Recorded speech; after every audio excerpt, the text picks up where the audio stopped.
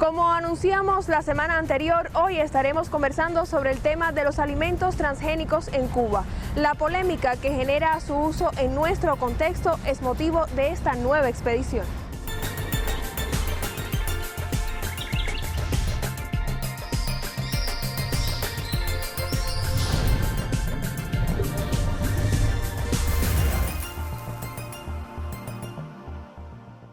Antes de adentrarnos en el debate sobre la pertinencia del uso de los transgénicos en Cuba, le propongo recordar algunos datos de interés. Los transgénicos son organismos a los que les han sido modificados algunos de sus caracteres mediante la ingeniería genética para conferirles nuevas propiedades. En el caso de las plantas, se trata, por ejemplo, de la resistencia a las plagas, a herbicidas o a factores ambientales como la sequía. La aparición de estos nuevos organismos ha generado polémica a nivel mundial. A principios de los años 80, los científicos cubanos comenzaron a familiarizarse con la tecnología de los transgénicos y hace aproximadamente una década se trabaja en la búsqueda directa de soluciones para la agricultura.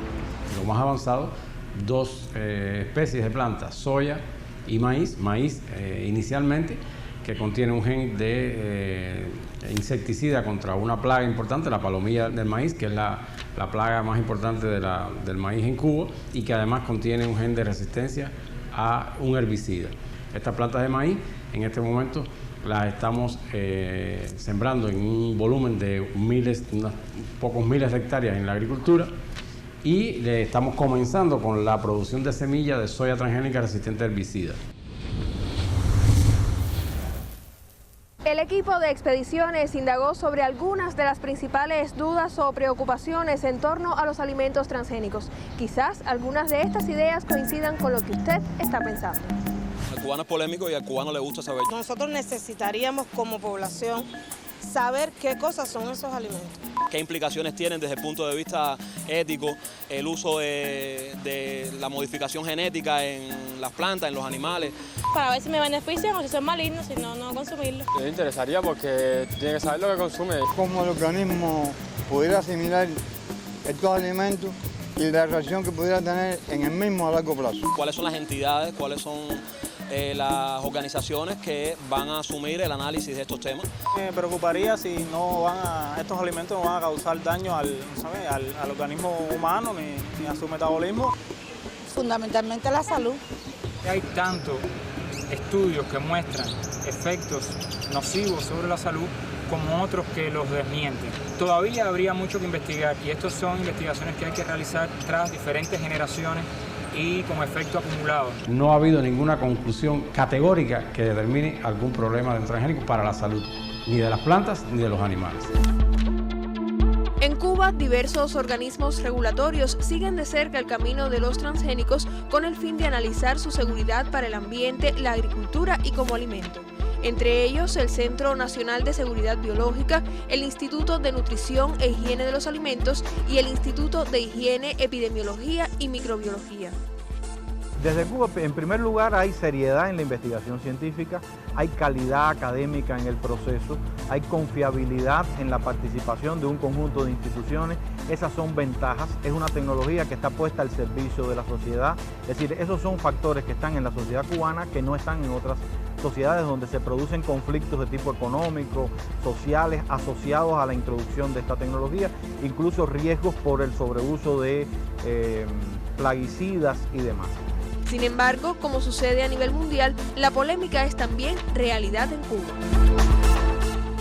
Desde el año 2008 se extendió o se liberó el cultivo de maíz transgénico en Cuba y llamamos a la comunidad científica nacional a realizar un debate, puesto que nos presenta una serie de dilemas éticos, de dilemas relacionados con la economía de la producción agropecuaria, también el equilibrio biótico en los ambientes naturales cubanos. Los riesgos para la biosfera, los riesgos que tienen que ver con la ecología, la impredecibilidad de algunos fenómenos, la heterogeneidad de la sociedad cubana, es decir, cuál es la recepción social que se tiene de una tecnología en diversos estratos de la sociedad.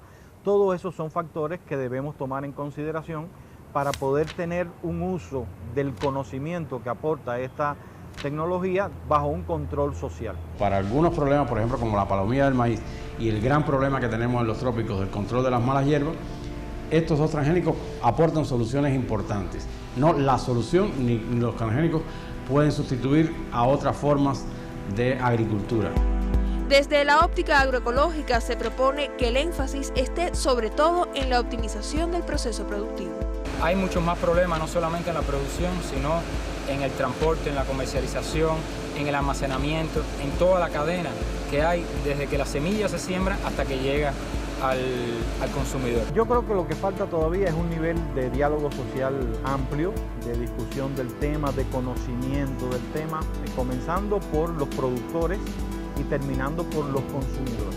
Y es necesario una información y una acción ciudadana con respecto a esta tecnología. Aquí la cuestión sería no tanto preguntarnos si esta es una tecnología que debería ser prohibida o debería ser permitida, sino preguntarnos los cubanos como sociedad cubana de qué manera podemos informarnos mejor, trabajar colectivamente para habilitar este conocimiento.